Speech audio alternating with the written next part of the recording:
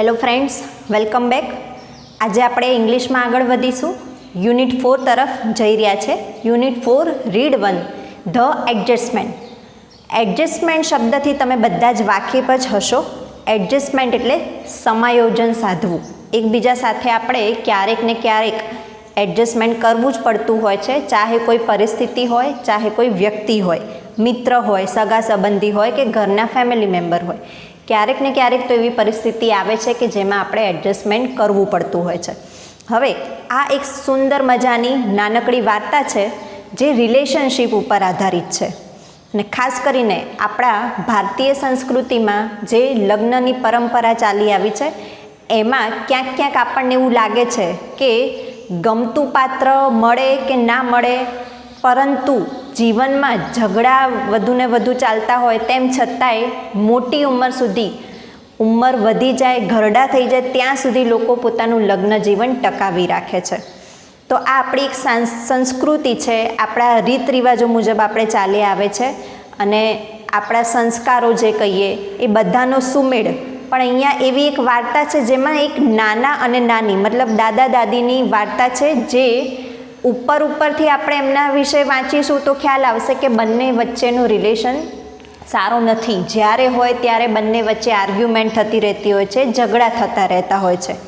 પરંતુ એક સમય એવો આવે છે કે જ્યારે બેમાંથી એક વ્યક્તિ મૃત્યુ પામે છે, મતલબ કે નાનીનું મૃત્યુ થાય છે. હવે પછી શું થાય છે?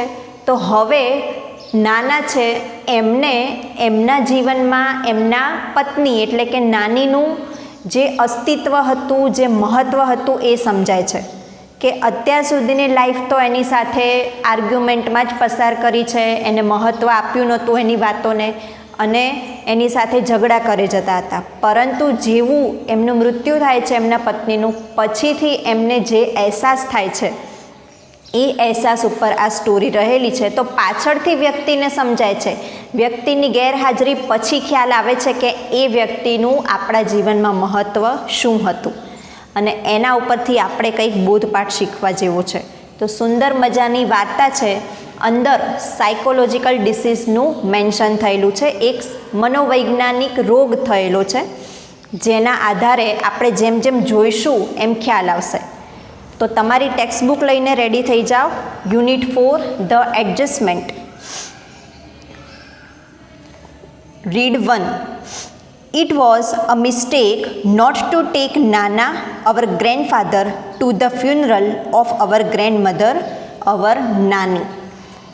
હવે નાના અને નાનીનો પૌત્ર એટલે નાના અને નાની એમની દીકરી અને દીકરીનો પુત્ર, એ વ્યક્તિ આજે આ સ્ટોરી લખી રહ્યો હોય એમ આપણે માનવાનું છે. એટલે એ પોતાના અનુભવ પોતાના શબ્દોમાં અહીંયા વર્ણવી રહ્યો છે. તો જ્યાં જ્યાં આઈ આવશે ત્યાં એ દીકરો પોતે છે જેની મમ્મીના મમ્મી પપ્પા એટલે કે એના નાના નાનીની વાત અહીંયા કરવામાં આવી છે. તો શરૂઆતમાં જ કહેવામાં આવ્યું છે કે નાની જ્યારે મૃત્યુ પામ્યા હતા તો મૃત્યુ પછી ફ્યુનરલ માટે લઈ જવું. ફ્યુનરલ એટલે અંતિમ સંસ્કાર. તો અંતિમ સંસ્કાર કરવાના હોય એ જે સેરેમની છે એમાં લઈ જવા વખતે નાનાએ ના પાડી દીધી હતી કે હું આવીશ નહીં. અહીંથી જ આપણી વાર્તા શરૂ થાય છે. મતલબ કે આપણને ખ્યાલ આવ્યો કે નાનીનું મૃત્યુ થયું છે. તો it was a mistake not to take નાના. એ અમારી ભૂલ હતી કે અમે નાનાને સાથે લઈ ગયા નહીં. અવર ગ્રેન્ડફાધર, નાના એટલે કે અમારા grandfather. To the funeral of our grandmother, our નાની. અમારી ગ્રેન્ડમધર કે જે અમારી નાની હતા એમના ફ્યુનરલ વખતે, અંતિમ ક્રિયા વખતે અમે નાનાને સાથે લઈ ગયા નહીં. એ અમારી ભૂલ હતી. શા માટે ભૂલ હતી એવું લાગે છે? તો હવે જેમ જેમ સ્ટોરી આગળ વધશે એમ તમને ખ્યાલ આવશે.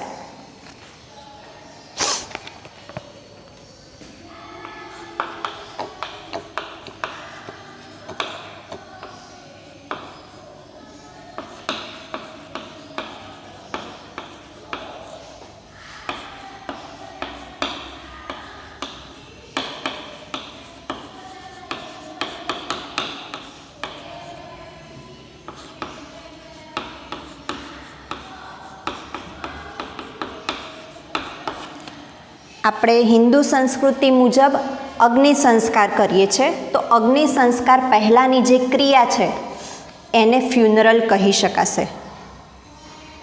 તો go take her away, whisper into her ears that I too am on the way, not far behind, tell her I will see her in the beyond. હવે આ શબ્દો કોના છે? નાનાના છે. તો જ્યારે પણ આ દીકરો નાનાને બોલાવવા જાય છે કે હવે આપણે નાનીને લઈ જઈએ છીએ અંતિમ સંસ્કાર માટે, અગ્નિ સંસ્કાર માટે, તો ચાલો, ત્યારે તે સમયે નાનાએ કયા શબ્દો બોલ્યા? ગો ટેક હર અવે, જાઓ એને લઈ જાઓ. Whisper into her ears that I too am on the way, અને એના કાનમાં કહ્યું, એના હર લખ્યું છે તો હરનો મતલબ શું થશે? નાની. નાનીની બાજુમાં જઈને એમના કાનમાં ધીમેથી કહ્યું. વિસ્પરનો મતલબ એકદમ ધીરેથી બોલવું કે બીજા વ્યક્તિઓને સંભળાય નહીં. શું બોલ્યું? I too am on the way, હું પણ રસ્તામાં જ છું. નોટ ફાર બિહાઇન્ડ, હું એનાથી બહુ પાછળ નથી. ટેલ હર, એને કહી દો, I will see her in the beyond. See her in the બિયોન્ડનો મતલબ છે કે મૃત્યુ પછી હું મળીશ. એટલે નાના શું કહે છે કે નાનીને કહી દો કે હું પણ રસ્તામાં જ છું, હું એની બહુ પાછળ નથી અને મૃત્યુ પછી હું એને મળવાનો જ છું. એટલે કે આજે નાનીનું મૃત્યુ થયું છે તો હું ટૂંક સમયમાં એની પાછળ પાછળ આવીશ, મારું પણ મૃત્યુ થશે અને પછી અમે બે મળવાના જ છે. એટલા માટે આવા મિનિંગથી શું કહે છે કે એમની જે અંતિમ ક્રિયા છે એમાં હું આવીશ નહીં, હું તો પાછળ પાછળ મૃત્યુ તરફ જ આવી રહ્યો છું. આવો એમને કહેવાનો મતલબ હતો.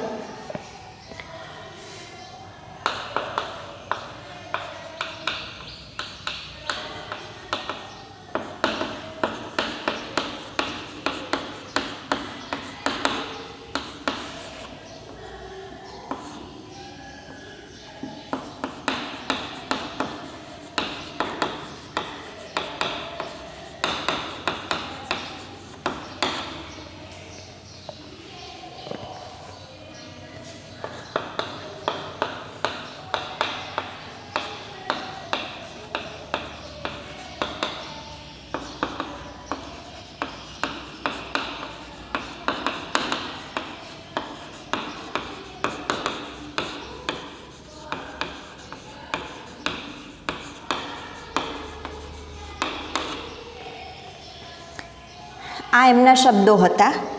With heavy hearts we hoisted નાનીસ બાયર ઓવર અવર શોલ્ડર્સ. એટલે નાનાએ ના પાડી, તેથી હેવી હાર્ટ્સ ભારે હૃદયે અમે લોકોએ હોઇસ્ટેડ નાનીસ બાયર ઓવર અવર શોલ્ડર. તો એમને અંતિમ ક્રિયા વખતે આપણે જે લાકડાની ફ્રેમ જેવું હોય છે જેની ઉપર ડેડ બોડીને સુડાવીએ છીએ અને પછી એને જ આપણે કાંધ આપીએ છીએ અને કાંધ આપીને પછી લઈ જવામાં આવે છે, તો એના માટેનો શબ્દ છે બાયર. તો નાનાએ જ્યારે ના પાડી ત્યારે અમે ભારે હૈયે નાનીને ઉઠાવીને અમારા ખભા ઉપર ઉઠાવીને પછી અમે લઈ ગયા.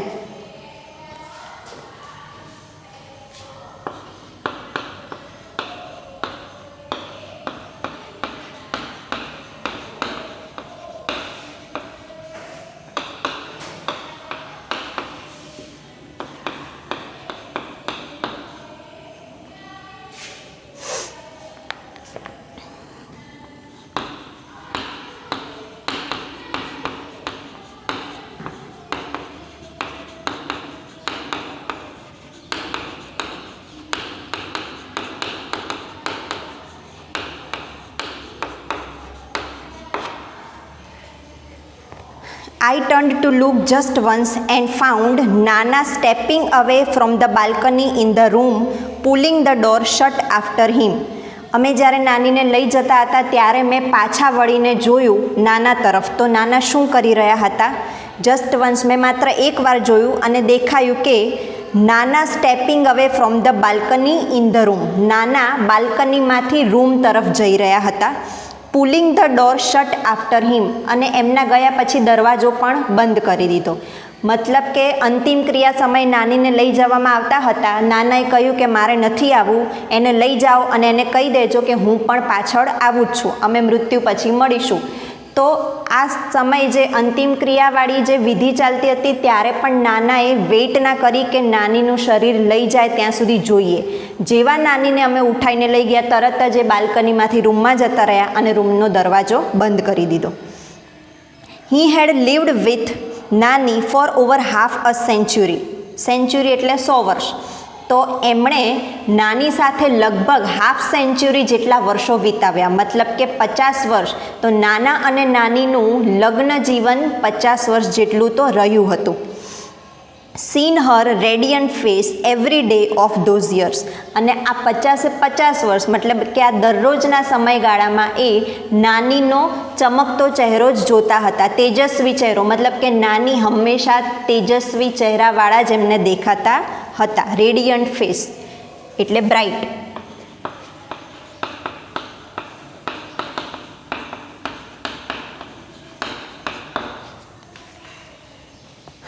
He must have been what about 85 and yet he would find something to grumble at everything Nani did.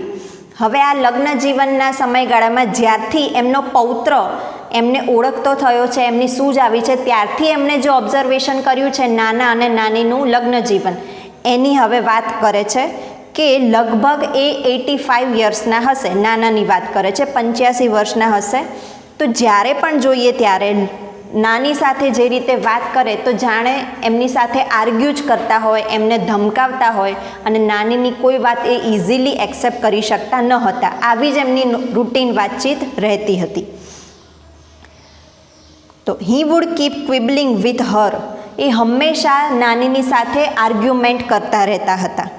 As if they were two people who had just married in the first flush of love and were still discovering each other. એવી રીતે argument કરતા જાણે કે હજુ હમણાં જ એમના marriage થયા હોય. અને હમણાં જ મેરેજ થયાનો મતલબ શું છે કે બે પાત્રો એકબીજાને હજુ હમણાં જ મળ્યા છે, એટલે એકબીજા વિશે કોઈ જાણકારી નથી, એકબીજાને હજુ ડિસ્કવર કરી રહ્યા છે, શોધી રહ્યા છે, સમજી રહ્યા છે એમને કે એને શું ગમે છે, શું નથી ગમતું. એટલા માટે ગમા અને અણગમાને લીધે આર્ગ્યુમેન્ટ થવી પોસિબલ છે. તો આ નોર્મલ વાત છે. પણ આજે નાના અને નાનીના લગ્ન જીવનને લગભગ 50 વર્ષ પૂરા થયા હતા. તો 50 વર્ષથી જે વ્યક્તિ એકબીજા સાથે રહેતું હોય તો એને તો વ્યક્તિ ઓલરેડી ઓળખતું જ હોય. તેમ છતાંય આજે નાના અને નાની વચ્ચે આવી સતત આર્ગ્યુમેન્ટ ચાલતી રહેતી હતી અને મોટાભાગની આર્ગ્યુમેન્ટ નાના તરફથી રહેતી હતી.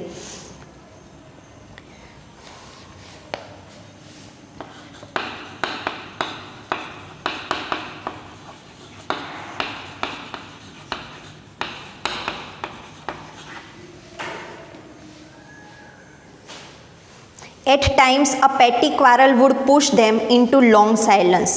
હવે આવી જ્યારે આર્ગ્યુ થતી ત્યારે મોટાભાગે અસામાન્ય બાબતમાં ઝઘડો થતો અને પછી લોંગ સાયલન્સ, મોટાભાગની સાયલન્સ, શાંતિ છવાઈ રહેતી હતી, મતલબ કે અબોલા લઈ લેતા હતા. જ્યારે આવી આર્ગ્યુમેન્ટ હતી ત્યારે અણસમજુની જેમ નાની નાની બાબતોમાં ઝઘડો થતો અને પછી લાંબા સમયગાળા માટે તેઓ એકબીજાથી અબોલા લઈ લેતા હતા, વાતચીત કરતા ન હતા. પેટી એટલે કે કોઈ મહત્વનું નથી એવી બાબત, સિલી મેટર.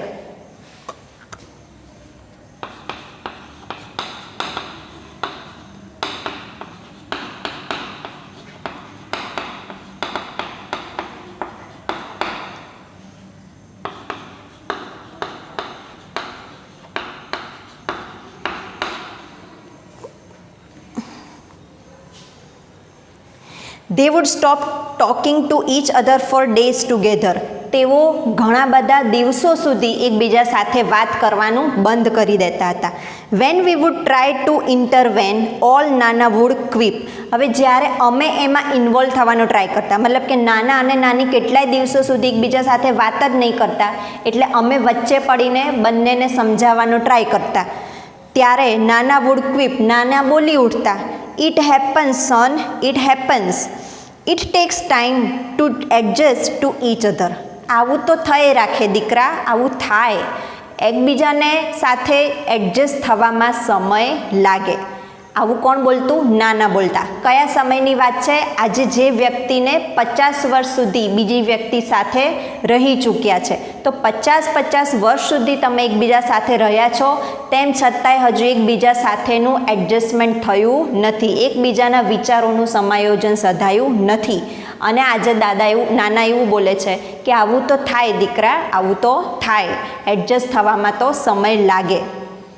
ઇન્ટરવન એટલે કે વચ્ચે ઇન્વોલ્વ થવું, આપણે વચ્ચે પડીને એકબીજાને સમજાવીએ એ.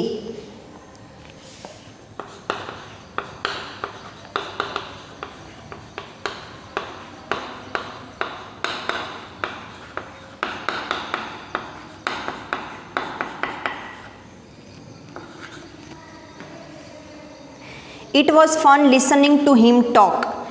એ જ્યારે વાતો કરતા ત્યારે મજા આવતી હતી, કારણ કે આવી જ વાતો કરતા રહેતા. મધર વુડ ઓલવેઝ રેપ્રિમેન્ડ અસ. અને આ સમયે અમારી મમ્મી એટલે કે નાના અને નાનીની દીકરી જે અમારી મમ્મી, એ અમને હંમેશા રેપ્રિમેન્ડ ધમકાવતા, વઢતા.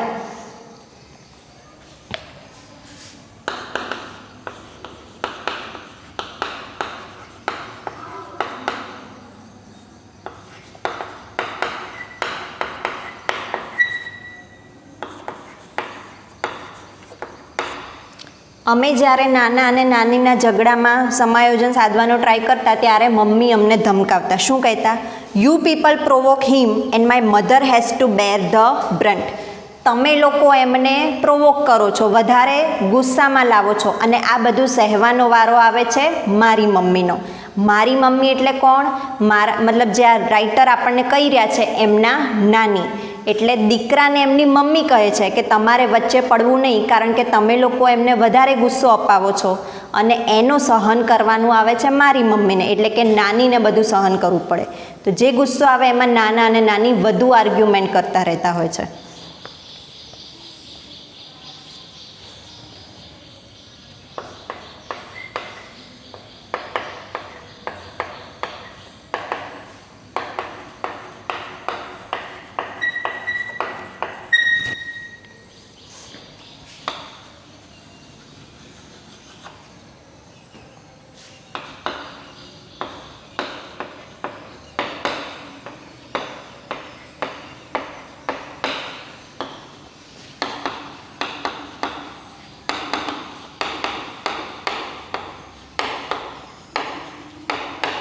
ટુ બેર ધ બ્રન્ટ, સહન કરવું, ટોલરેટ કરવું. હર મધર મીન્સ અવર નાની. એના મમ્મી મતલબ કે અમારા નાની. એન્ડ નાની would whoosh out a few words together from her toothless mouth. અને આવા સમયે નાની પણ હળવા શબ્દોમાં અમને કહેતા, પણ એનું ડિસ્ક્રિપ્શન આપ્યું છે whoosh out a few words together from her toothless mouth. મતલબ કે દાંત વગરનું મોઢું. એટલે બતાવે છે કે આ ખૂબ મોટી ઉંમર છે, 80 થી 85 વર્ષનો સમયગાળો છે એમની ઉંમરનો, એ સમયની વાત છે. એટલે કે નાની જેમને મોઢામાં દાંત નહોતા એ આવા સમય ખૂબ હળવેથી કહેતા હતા. શું કહેતા? Be grateful that I gave you 2 grandsons. Now for the love of God just shut up. એ નાનાને શું કહેતા હતા? કે આભારવશ બનો કે મેં તમને બે પૌત્રો આપ્યા છે, 2 ગ્રાન્ડસન આપ્યા છે. Now for the love of God just shut up. હવે ભગવાનને ખાતર તમે બંધ થઈ જાઓ. મતલબ કે જ્યારે બી ઝઘડો થતો અને આ પૌત્રો એમના વચ્ચે પડીને કંઈક સમજાવવાનો ટ્રાય કરતા, ત્યારે નાનાને શું કહેતા કે તમે વધારે ગુસ્સે ના થશો, અને એટલો જ આભાર માનો કે મેં તમને આ બે પૌત્રો તો આપ્યા છે, એટલે હવે ભગવાનને ખાતર વધુ બોલશો નહીં. મતલબ કે હવે ઝઘડો ના કરશો, મેં તમને આ ખુશી તો આપી જ છે, એવો એમને કહેવાનો મતલબ હતો.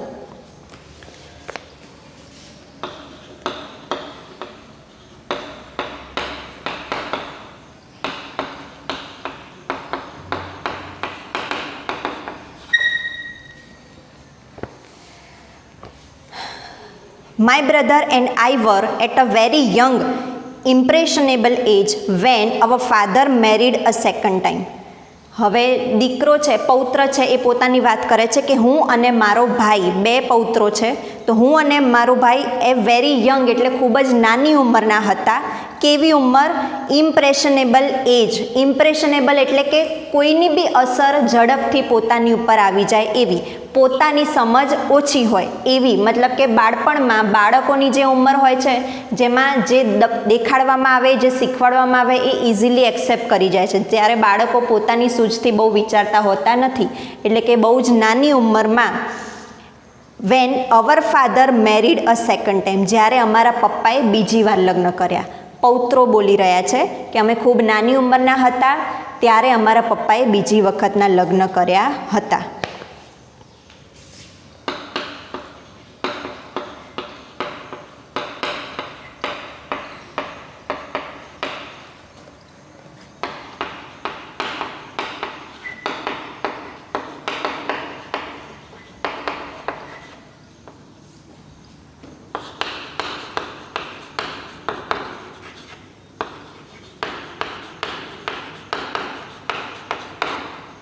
ઇઝીલી ઇન્ફ્લુઅન્સ મતલબ કે ફટોફટથી કોઈકની અસર હેઠળ આપણે જીવતા હોઈએ, પોતાની સૂઝનો અભાવ હોવો, બાળપણ.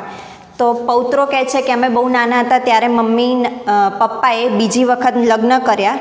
હી would often arrogantly parade into the house with his new wife. હવે જ્યારે પપ્પાએ બીજા લગ્ન કર્યા છે ત્યારે એમનું બિહેવિયર શું હતું કે ઘણી બધી વખત એ ખૂબ ગર્વથી, પ્રાઉડલી અમારા ઘરમાં આવતા. કોની સાથે? બીજી વાઈફ સાથે. તો મારી મમ્મી એમની પ્રથમ પત્ની હતી અને તેમ છતાં એમને બીજી પત્ની સાથે લગ્ન કર્યા અને બીજી પત્નીને અમારા ઘરમાં બહુ જ ગર્વપૂર્વક લાવતા હતા. મતલબ એમાં એમને કોઈ શોભ શરમ જેવું હતું નહીં.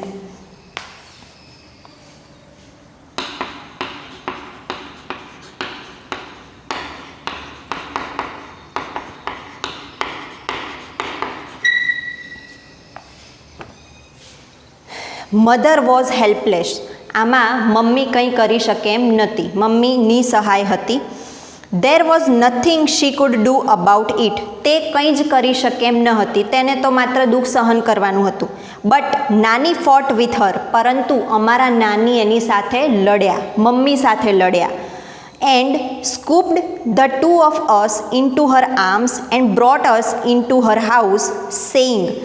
એટલે મમ્મી તો નિસહાય હતી, મમ્મી બીજું કંઈ કરી ના શકી, પણ અમારી જે સ્થિતિ હતી એ એમના મમ્મી મતલબ કે અમારા નાની જોઈ શક્યા નહીં અને એમણે હિંમત બતાવી. તો એક વખત નાની અમારે ત્યાં આવ્યા અને અમને બંનેને આંગળી પકડીને લઈ ગયા અને મમ્મીને કહી દીધું કે તારે જે કરવું હોય કર, પણ આ બંનેને તો હું આવું દુઃખ સહન કરવા દઈશ નહીં. મતલબ કે એમના પૌત્રને સાથે લઈને ચાલ્યા ગયા હતા.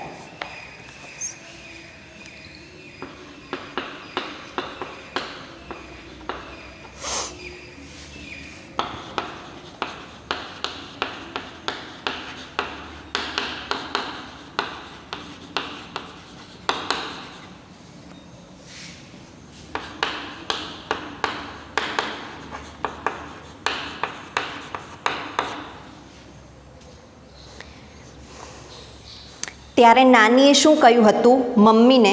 You want to rot here, do so. તારે અહીં સહન કરવું છે તો કરે જા. But I am not letting my grandchildren stay here to get thrashed by their stepmother. તારે અહીં જે તારી પરિસ્થિતિ થાય તારે સહન કરે જવું છે તો કરે જા, પરંતુ હું મારા પૌત્રોને અહીંયા રહેવા દઈશ નહીં. અને અહીંયા રહેશે તો શું થશે? To get thrashed by their stepmother. એમની સાવકીમાંથી એમને માર પડતો રહેશે, કારણ કે સાવકીમાં હોય એમને તો આમની જોડે કોઈ લાગણી હોવાની નથી. તો કહે છે કે તારે સહન કરવું હોય તો કર, મારા પૌત્રોને હું સહન કરવા નહીં દઉં. આમ કહીને એ અમને બંને ભાઈઓને એટલે કે એમના પૌત્રને પ્રેમથી ભેટી પડ્યા અને હાથ પકડીને બહાર લઈ જવા માટે રેડી થયા. એટલે આ જે દીકરાઓ છે એમની સાથે આવો બનાવ બન્યો હતો કે એમના પપ્પાએ બીજી વખતના લગ્ન કર્યા છે, એમના મમ્મી નિસહાય થઈ ગયા હતા, કંઈ કરી શકે એમ ન હતા. પણ એ સમયે માત્ર ને માત્ર નાનીએ હિંમત બતાવી હતી. નાની અમને અમારા ઘરેથી લેવા આવ્યા અને અમારા બેની સાથે મમ્મી પણ સાથે જ આવ્યા હતા. એટલે કે હવે અહીંયા જે નાના અને નાનીનો પ્રસંગ થાય તો આપણને એમ લાગે કે પૌત્રો આવી રીતે શા માટે લખે છે? તો પૌત્રો તો ત્યાં જ રહેતા હતા અને એમણે પણ વર્ષોથી નાના અને નાનીને આવી રીતે જોયેલા છે. એમની જે લાઈફસ્ટાઈલ હતી કારણ કે ત્યાં જ રહેતા હતા અને ત્યાં રહેવાનું કારણ હતું કે એમના પપ્પાએ બીજી વખતના લગ્ન કર્યા હતા. તો એ દિવસથી એ ત્રણેય મમ્મી અને બે પુત્રો એ નાના નાની સાથે રહે છે. હવે ફરીથી રૂટીન સ્ટોરીમાં કે if anyone got her way with નાના ઇટ વોઝ નાની. કોઈ વ્યક્તિ જો એવું હોય કે જે નાનાના રસ્તામાં પડી શકતું હોય તો એ માત્ર ને માત્ર નાની, મતલબ કે નાનાની આગળ કોઈનું ચાલતું ન હતું. એ હંમેશા દલીલબાજી કરી રાખતા હતા, તો માત્ર નાની જ એમને સમજાવી શકે એમ હતા. She would tell it to his face. અને નાની એમના ફેસ પર કહી દેતા, એમને મોઢા મોઢ કહી દેતા સામ સામે જ કે you will regret it the day I die. નાની શું કહેતા? જે દિવસે હું મૃત્યુ પામીશ એ દિવસે તમને રિગ્રેટ, પસ્તાવો થશે, તમે પસ્તાશો. You don't speak with the mother of this 2 children. તમે આ 2 બાળકોની માતા સાથે તો બોલતા નથી. મતલબ કે બધા, એમનો નેચર જ એવો હતો કે જનરલી બધા સાથે આર્ગ્યુમેન્ટ થતી રહેતી અને બહુ બોલતા ન હતા. તો કહે છે કે જે દિવસે હું મૃત્યુ પામીશ ત્યારે તમે બહુ પસ્તાશો, કારણ કે આ 2 બાળકોની મમ્મી એટલે કે એમની દીકરી સાથે તમે સરખું બોલતા નથી. They are also not going to talk to you. એ લોકો પણ પછી તમારી સાથે વાત નહીં કરે. તમે આજે એમની સાથે સારું વર્તન નથી કરતા, તો મારા ગયા પછી એ લોકો પણ તમારી સાથે સારું વર્તન નહીં કરે. You will sit all by yourself in balcony. આખો દિવસ પછી તો તમે બાલ્કનીમાં જ બેસ્યા રહેશો.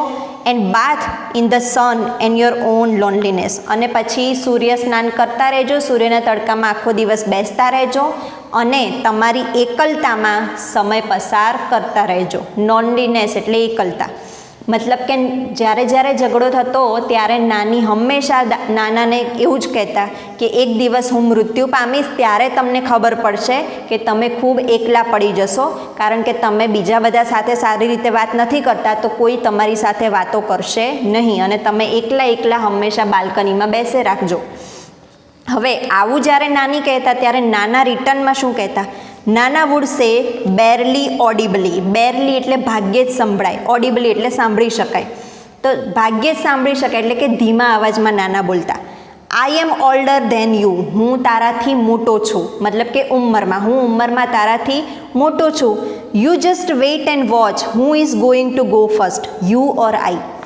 તું ખાલી વેઇટ એન્ડ વોચ, જોઈ રાખ, રાહ જો કે કોણ પહેલાં જશે, કારણ કે તારા કરતાં વધુ ઉંમરવાળો હું છું, તો નેચરલી તો હું જ પહેલાં મૃત્યુ પામીશ, એટલે મારે આ બધું સહન કરવાનું આવશે નહીં. મતલબ કે નાના એવા અંદરથી પ્રાઉડમાં જીવતા હતા કે નાની છે તો બરોબર છે અને નાની પહેલાં જતા રહેશે એવો તો એમને સ્વપ્ને ખ્યાલ હતો જ નહીં. એ તો એમ જ કહેતા કે હું તારાથી મોટો છું તો હું પહેલાં જઈશ, પછી તારે જવાનું થશે.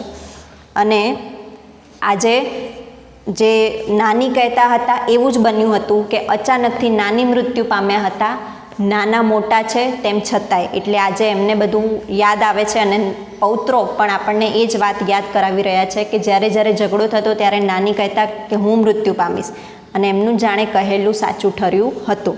તો આ નાની મૃત્યુ પામ્યા અને હવે રૂટીનમાં નાના અને નાનીનું બિહેવિયર કેવું હતું એ આપણે જોઈ ચૂક્યા છે.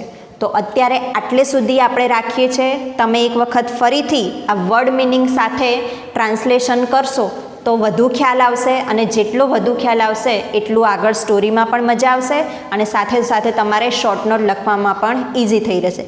આ પાઠમાંથી શોર્ટ નોટ પૂછાય જ છે, તો આમાંથી શોર્ટ નોટ તૈયાર કરવી ખૂબ જ જરૂરી છે. તો હવે પછી આપણે નેક્સ્ટ વિડીયોમાં મળીએ. Thank you.